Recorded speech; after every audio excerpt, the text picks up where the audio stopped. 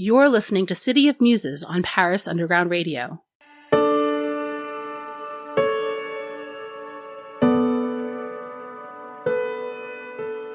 Welcome back to City of Muses on Paris Underground Radio. I'm your host, Jennifer Garrity.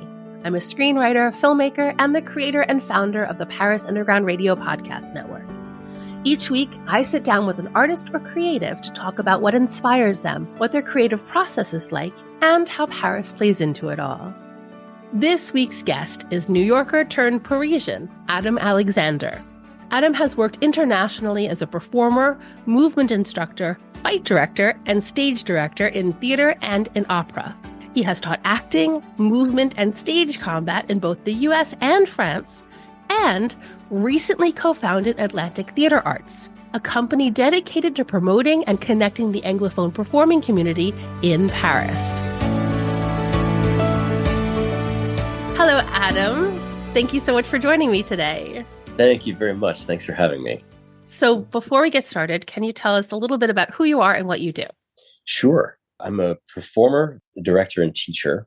I perform, my training's in opera and musical theater. And then I have kind of extensive training in fight direction and combat for the theater and screen as well. But my main career has been in the theater.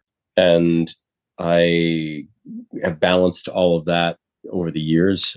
I grew up in New York City and spent my entire career there. I went to university in Boston, got a degree in music, and then a master's at Manhattan School of Music.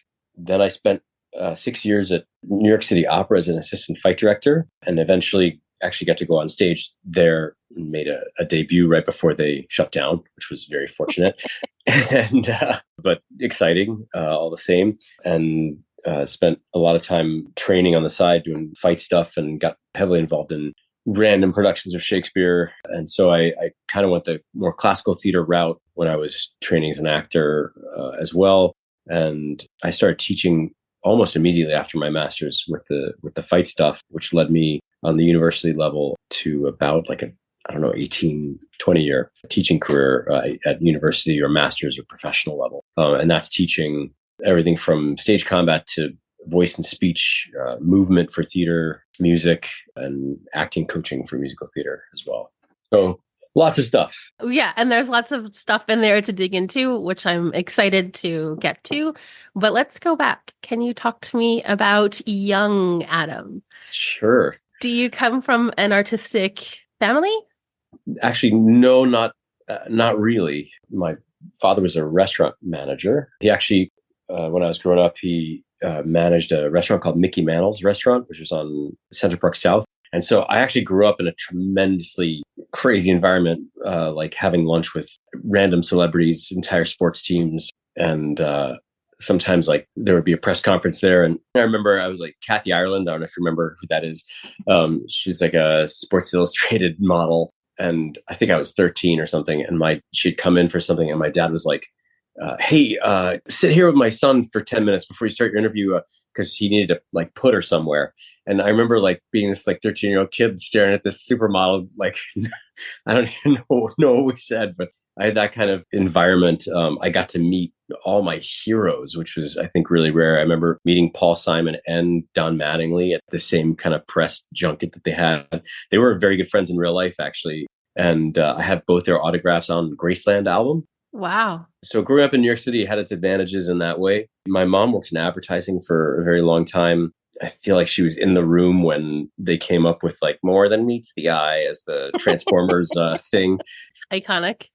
She has a ton of some very Mad Men era type stories that she was exposed to. But she grew up, I'm sixth generation New Yorker on her side, settled the Dutch settlement and everything. So I feel very connected to New York City, and my family was not artistically inclined, although they really enjoyed the arts and they made sure that we were exposed to them at a really early age, which I don't know if you can really get away from being raised in New York City. And then I went to high school in Connecticut, actually, in Darien, which is a little complete opposite of New York City, very racially similar and little bubble in the middle of a beautiful part of the country. And that had its benefits too. And by the time my parents allowed me to, I was allowed to come into New York City on my own and still stayed very connected to that. But they were always very encouraging. When I told them that I wanted to go into the arts, they were a little hesitant. I got a partial scholarship to university that helped smooth over my dad, who still insisted that I should get a real job or wait tables or whatever it was. But I remember when I finished my master's, and he was very, very proud and teary-eyed dad proud. And he had learned, even in that span of 6-7 years during my undergrad and master's, he said, in your recital, the soprano you sang with she had like a little steely quality to her voice that I didn't really care for. And I was like, Dad, who are you? Because he grew up in Cleveland. He was very blue collar and stuff like that. So we've talked over the years about how the arts have affected my parents and made us all kind of closer and enjoy beauty and life and each other a lot more. I graduated undergrad into 2001 and came back to New York City to find some good fortune and then not so good fortune with September 11th happening. So there was kind of an immediate launching of a career that was met with some resistance that was unexpected, obviously, and terrible. And that's what helped me make the decision to go back and do my master's, which I'm glad I did. I just didn't expect to do it at that time. I think I'd always envisioned being some kind of teacher, college professor, and but I thought my career would come first, and then I'd go back to school. But schooling happened first. And was it the love of music that set you on your path, or the love of acting, or girls? No, I'm kidding. It was Kathy Ireland. It was Kathy Ireland. That's pretty much, I loved music when I was a kid. I mean, I played violin when I was it was required at my school to play violin or clarinet when I was in third grade. I really enjoyed it, but I don't know if I considered it a career until late middle school. I remember I went to see Les Miserables. I'll say the whole title because I don't like Les Mis. And there was a solo. I think that was the first time I sung a solo. It was Stars, and actually, this is it. It was Billy Joel. If I have to pick an initial hero, I just loved all his music. And I did a report on Leningrad, which is a song he wrote about the Cold War. And I forgot the tape. And I was going to play it for my class. And I said, well, I guess I could sing it. And it was for the music teacher. And that was the first time really I'd sung anything. And I really loved it. I loved singing it. And she was like, can you join the choir? I said, sure. But I sounded like this actually when a low voice when I was quite young. And so I had to wait a whole year to join the choir because the age group I was in, none of the other voices had changed. And, but I really felt a love of music then, performing a song for people but I really loved the message of the song and Billy Joel just in general.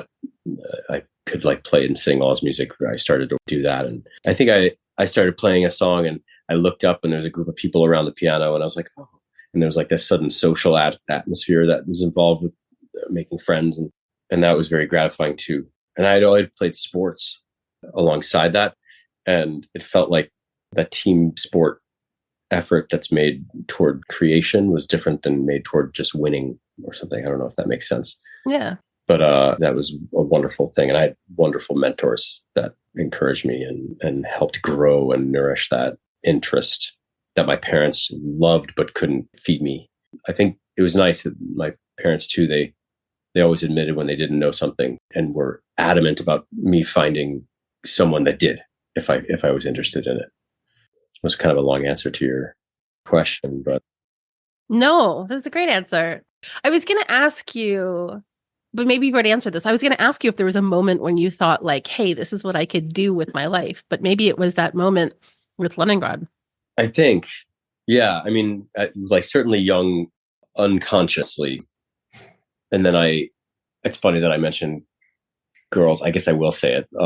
But when I remember there's a college fair in my high school, and the only reason I went over to the Boston University table was because I thought the woman standing behind the table was very attractive.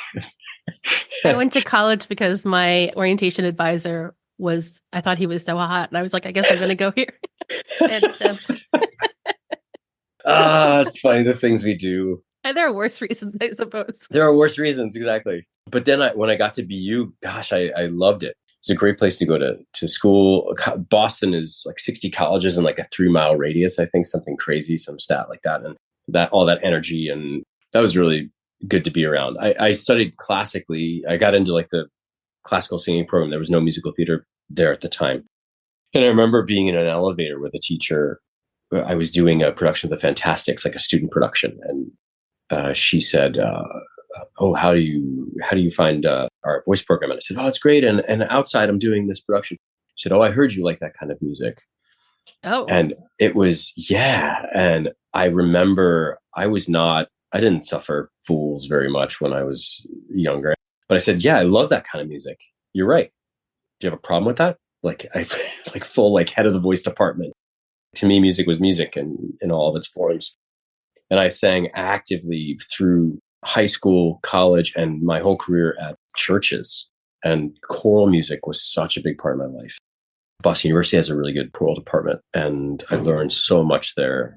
I think that urgency, willingness, curiosity to be versatile and see music as just possibilities instead of picking one avenue was advantageous throughout my life, not just to open possibilities for work, but to open possibilities for relationships and friendships and projects. And I think that's something that my colleagues were always interested in me about, because they say, oh, what are you working on next? And I would be involved in, like, I sang with the chorus that sang with the New York Philharmonic for about 12 years. I was like one of the members of that, a New York choral artist. And they say, oh, I'm doing a Brahms Requiem, or I'm doing a Beethoven 9. And I'd say, oh, I'm doing this crazy new musical that got written by this, I used to participate in this BMI class. Do you know BMI, the Composers Workshop? Yes. So I used to be a part of that, and I'd be learning some random musical, but also singing it for like Maury Yeston, who was teaching the class that day or whatever. And they'd look at me and they'd be confused and not, because I didn't fit. And actually in France, I actually find that even more so, like since I've been here, that like sense of like ticking the box or being in one box, and that if you do something else or you do multiple things, that it's considered less than, or you couldn't possibly be good at doing 2 things or 3 things well or on a professional level. I don't know where I came up with all the energy, to be honest, but I was always running, hustle. I mean, really, really hustled to be in a stage combat class or be in a group of people singing in a room, or, finishing my day at like Marie's Crisis in the Village, singing a bunch of show tunes or whatever it was. But I think I was never content with one group of people, one kind of art, one kind of thing. And because my parents were so encouraging, that I never doubted my curiosity. I always followed it. So it's been fun. And that's, I think my goal has never been to be the star of anything, but just to like have so much fun doing X, Y, and Z all at the same time. It's really interesting. That's one of the things that we talked about in our initial conversation about how there's this spirit, at least in New York, where if you want to create something, where you want to mount something, you can grab a group of people together and typically find people who are like, yeah, let's just do that.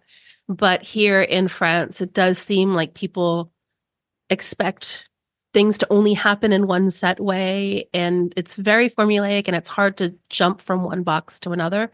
So maybe now is a good time to start talking about what that world is like here in France. Yeah, sure. I've had some really great experiences here and some mixed experiences, but I'm sure that would be true anywhere I was. When I initially moved to France, it was for a relationship, and I didn't want to ask her to come to New York City because I knew it's crazy to ask anybody to move to New York City, I think, unless there's something there for them. And so I'd always been interested in Europe and France in particular. I came here initially to take class at the Lecoq School, which is like a movement school, and always wanted to come back. So I was living in Rouen, which is in Normandy, and that was very isolated. I couldn't really work my first few months here anyway. And for the first 3 years,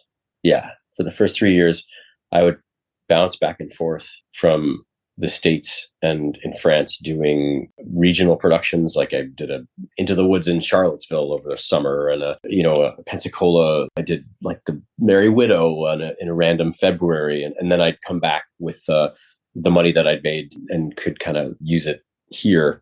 And all while I was trying to network here, and I started at the American Cathedral because they have a really nice choir. I had been singing at Trinity, so like the Anglican church thing. I knew all the rules, rights, and swords of that.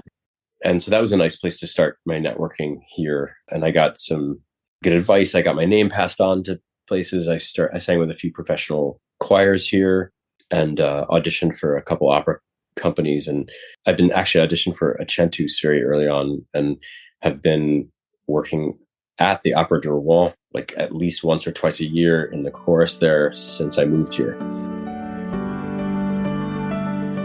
Have you always dreamed of owning a place in Paris? If you're planning on moving, renting, buying, or selling a place in France, you'll need the expert guidance of Gail Boisclair and Marie Pistinier, hosts of the Paris Estate of Mind podcast. Listen now to Paris Estate of Mind on parisundergroundradio.com or wherever you listen to podcasts. We'll be right back with City of Muses after a word from our sponsors. And now, back to City of Muses on Paris Underground Radio. I got my intermittence at Disney. I worked for the Mouse for a good long summer. And that was fun for what it was. I was like definitely the oldest person there. But I did the Forest of Enchantment and I danced with Baloo and but it was great. And I had never worked at a theme park before. So it was kind of a fun experience and of course a bilingual atmosphere, which was a helpful start. And I really got some French under my belt the first year I was here. And that helped because I had an English-speaking work environment and then allowed the adaptation to kind of move in a more gradual way instead of just boom, like inundated with French all the time. And then my music rehearsals for opera stuff is always in French, although opera is a really international community. So that's been a fortunate thing too, because I never felt like, oh, I can't ask that or I don't know how to say it. And they're just, say it in English and we'll figure it out. The professional choirs I've sung with have been really cool. I got to sing with Yael Naim, a little backup for her. That was awesome. I've had a couple of odd experiences. I think culturally, learning systems in the States and learning systems here are different. And so that education feeds into the professional work habits. I've definitely run into a lot of like correction here, like collegial correction, which is kind of definitely frowned on in the States. But I've found people have no problem coming up and being like, you were singing the wrong note in measure 38, or you're flat, or I even had someone like hit a tuning fork in the middle of a concert and hum in the concert, not just to me, but like to the surrounding area during an a cappella song. Oh. Because the choir started going flat. Someone in the audience did that? No, someone in the choir, like the soprano started going flat and they just hit a thing and went, nah, and came in half a tone higher. But then the sopranos didn't adjust, so that like we were quite out of tune as a result of him, not as a result of the sopranos. Like we didn't just tune to them. So that kind of corrective, he was right. And sure, no one can say he wasn't. But in the spirit of making art, there can't be right and wrong. There has to be flexibility. And so that was very jarring. And I didn't work with that group after that. I'm curious, based on what you just said, how are, maybe this is related, maybe this isn't, but how are French people in terms of improvisation then? Is that a common skill? Yes and no, I would say. Actually, like the improv community in France, there are competitions and stuff like this, and it's a big community. I work part-time at Cours Florent, and they actually have tons and tons of improv classes. So that's definitely there.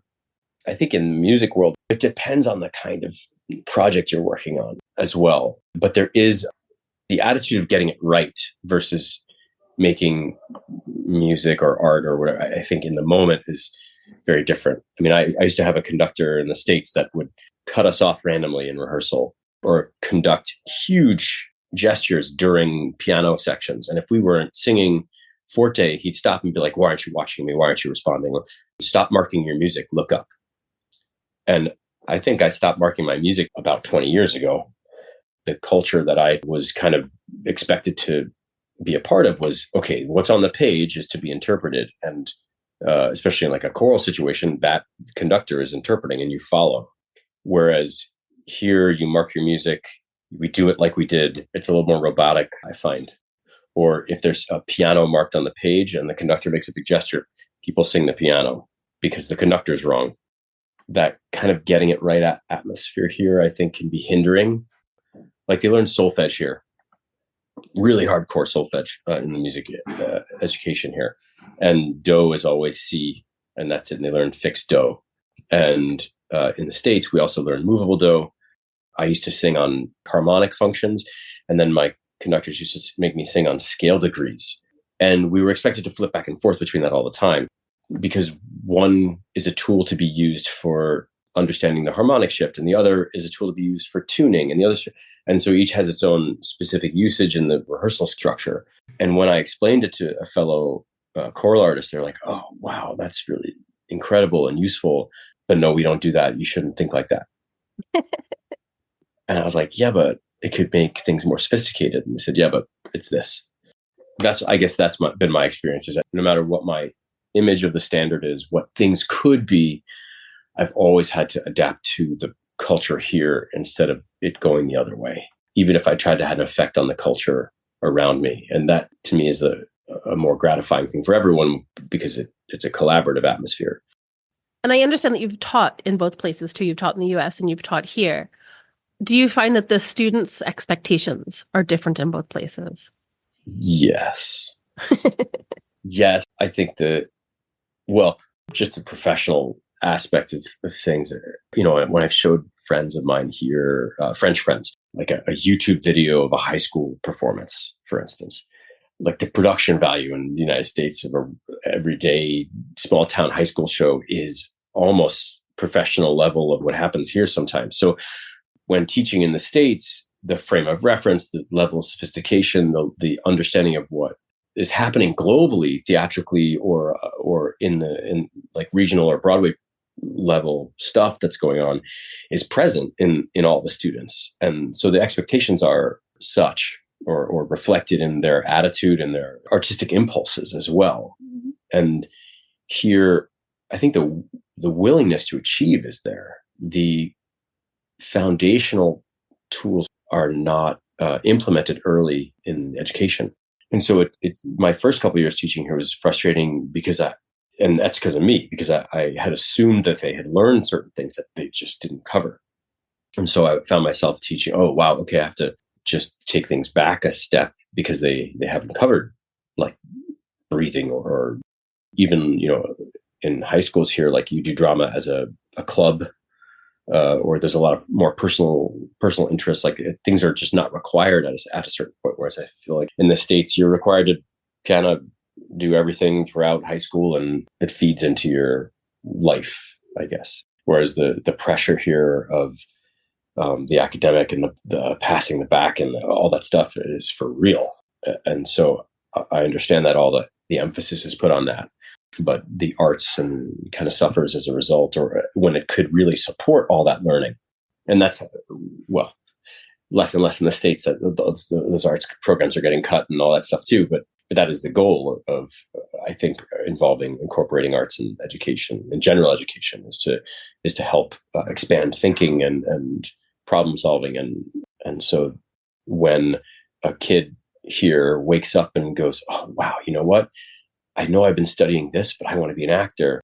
They just don't have it's a whole frame of reference they have to learn, and an entirely new thing. Whereas for that to happen to a student in the States, it's because it's been around them, not because it's a new idea that they're going to have a life shift. Yeah. There's no cross-pollination here. Yeah. Or a lot less. And my understanding is that there's no real basis in musical theater at all.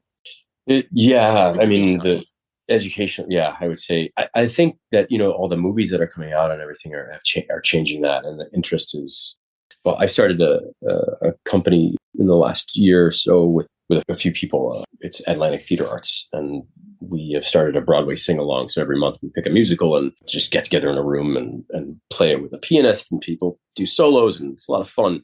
And I was surprised, actually, that our audience has been, I would say, 65% Francophone. Oh, really? And it's all these French musical theater lovers. And I really expected to have a whole room full of expats and their kids or whatever. And in fact, it's been all these kids who've been affected by musical movies that have come out, the Netflix series that they watched and learn English from, and all that. And that's been incredible to see. And while the level of English is all over the place, some of it's very impressive and some of it's what it is. But the interest in musical theater is there.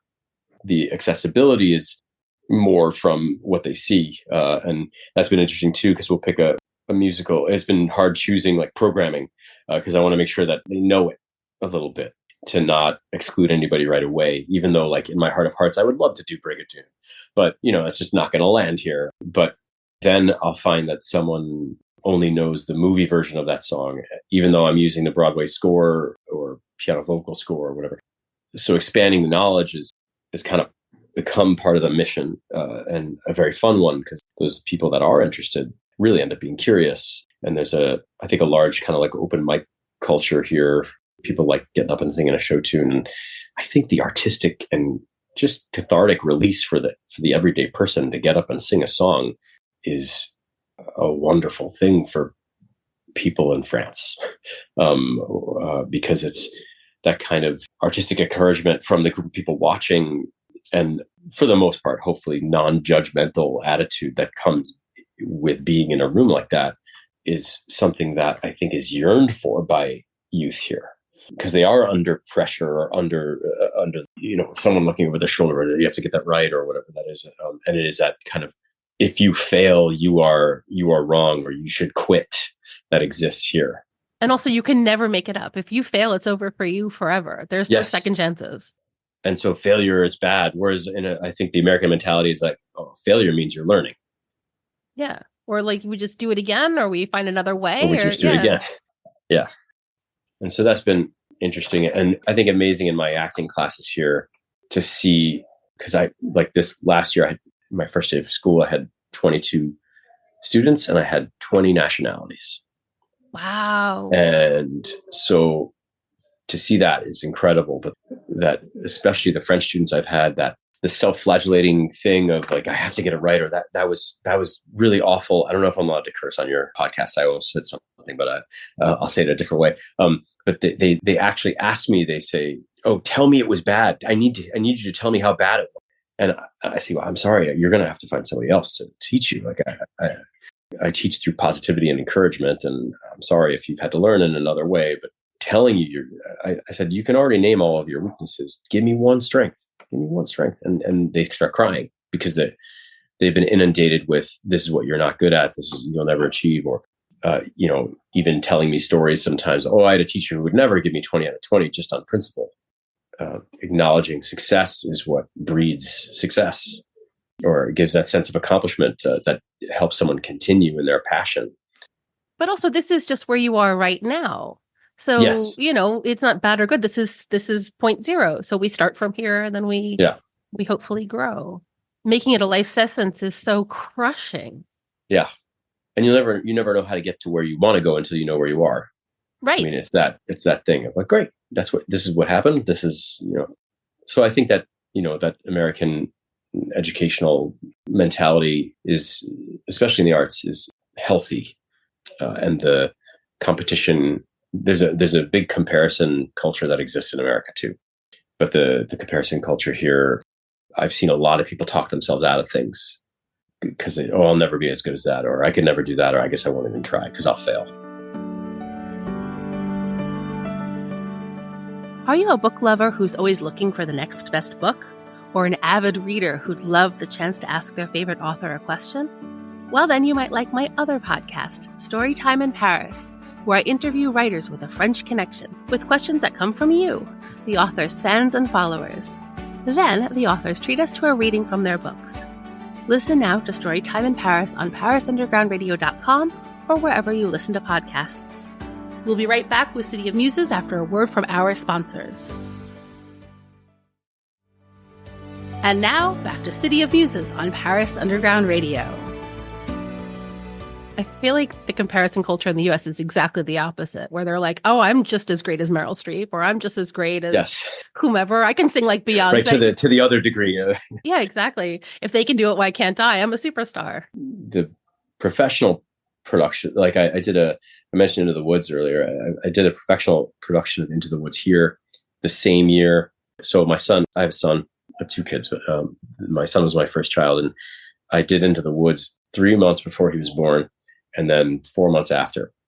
And for those listening who do not know the show, playing the baker who has a child in the course of the plot was tremendously moving to be on both sides of that proximity. The show I did in the States was a regional production. And then the show I did here was a major production that toured in English, and some of the dialogue was in French, but all the music was in English.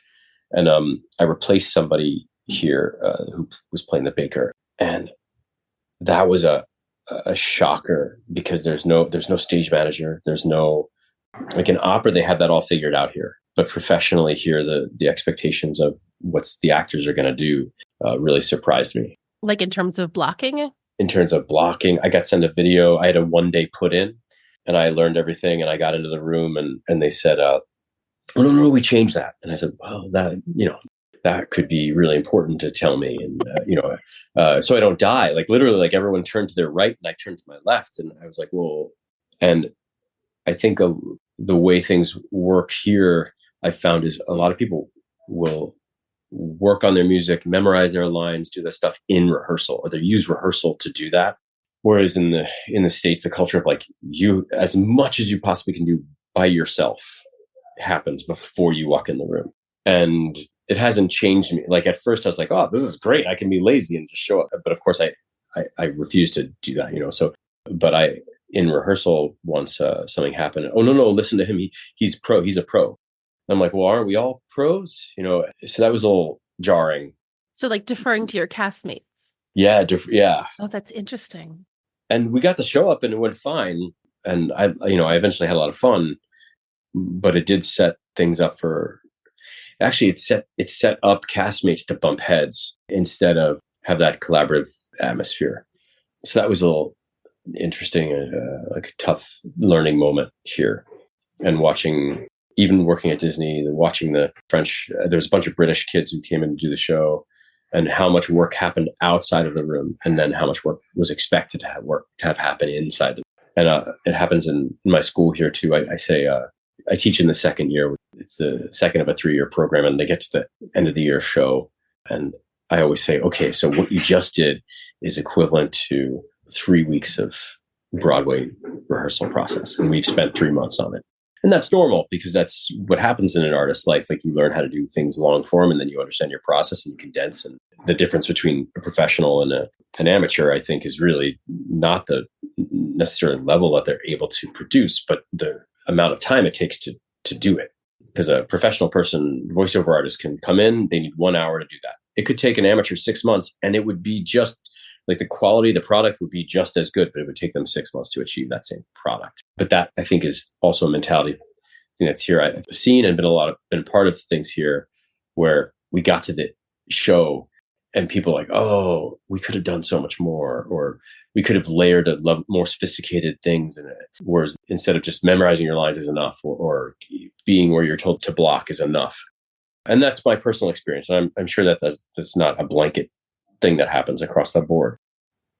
I've had that experience too. Have you? It's frustrating. Yeah. Where it's so clear how much more could have been done if we just dug in and did it right away. Or if people came to set, I work on film sets, and if people just came to set prepared, like, your lines, what you're going to do today, and you're ready to go, versus like showing up and then having a cup of coffee and a cigarette and then sitting around and talking about it. Like we wasted all that time. Yeah. That hardcore diligence or rigor, that has been my experience in the opera world here. Okay. And I think maybe it's that tradition of like, it's been done for hundreds of years and it's just locked in. And when the break is over and people are in it, and rehearsals don't start late, and you walk across a very silent room if you're late in the opera world that I've seen here. And that's not always been the case for the theater stuff. And it's funny because it's the like lower budget productions where people are late and stuff like this. I'm like, don't you know, like we're paying for a room, like, like that sense also, of how can you ever expect to get ahead if you don't respect what you're doing now? Yeah. No one's going to want to work with you again if you're not reliable. Yeah. So it's that meeting in the work. It's like intercultural meeting in the work. And so that level of expectation is just different, I think. So, and sometimes really interesting things come out of it.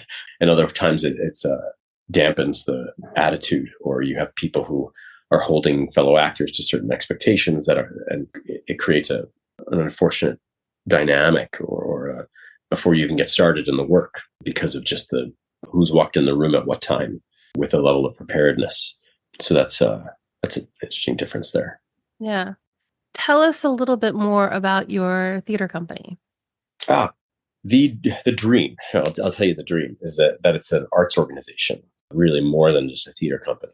That we have like a training branch, a community branch, and a professional branch. And the idea, hopefully, is that one eventually feeds the other. So the people that are interested in the training programs and go there can then participate in maybe the professional productions that happen, and the people from the community will eventually get involved with the training or serve as support for training or production or whatever it is, so that each thing affects another. And the expectation too is that the professional artists that are involved are also teaching artists or give back to the community, so that there is no you're in that level of this or in that way. It's all meeting in the arts in that way, with everybody's role wherever they are. I would love to have a real repertory company with a young artist program eventually. That would be really wonderful. And young artists, I mean really emerging artists, so emerging professionals who have done their initial schooling already. And then the professional productions that I'd like to put on are things like a full-length English-speaking Shakespeare show. We actually just are getting a production of Lauren Gunderson's The Revolutionists off the ground, hoping to do that, which is three French characters plus La Marianne, who is a fourth character. We are building that hopefully so that it can be done in both French and English. And a lot of the initial projects, I'd like to have intercultural mix, even if it's in English, that it's based on a French story, or we do a musical that is based on a French story or something like this, just so that there's hopefully interest from the French community to come see it, and a exchange that happens in the audience, not just what's on stage. The training stuff, we would eventually love to have everything from like Broadway baby all the way up to professional training, where like a New York City actor class, where it's like a weekly class where you come in and you have your card and you take X amount of classes, buy a package and all that, and you do whatever scene you're doing that day. And that'd be really nice to have here, because I don't know that also is not necessarily the culture. I don't see a lot of professionals in class here, and that's something I miss, even just not being in New York anymore, just having a place to go work out in a way. And then I personally, there's not really stage combat class. There's stunt schools and stuff like this, but to teach stage combat here, I think would be super fun. And then musical theater, interpretation, acting classes, and to build it up from there. The community is where we chose to start, because we are a nonprofit and we're here to serve the community first and foremost, and to grow that community. And so that started with these Broadway sing-along things, which have been a lot of fun. I'll mention by name, there's a woman named Pauline Clouseau who served as our administrator, who is bilingual and has dealt with all of the paperwork of getting an association up off the ground. And we would be nowhere without her help. Artistic co-director is Lauren Van Kempen, who just finished Spam-A-Lot as Lady of the Lake at the Théâtre de Paris. And she's been here for quite some time. She's an American from Seattle. It's really us three, plus we have a board with our president and a couple other people who started to join our ranks to help us, which has been really great. But we have a huge idea, and getting it off the ground, we know will take time.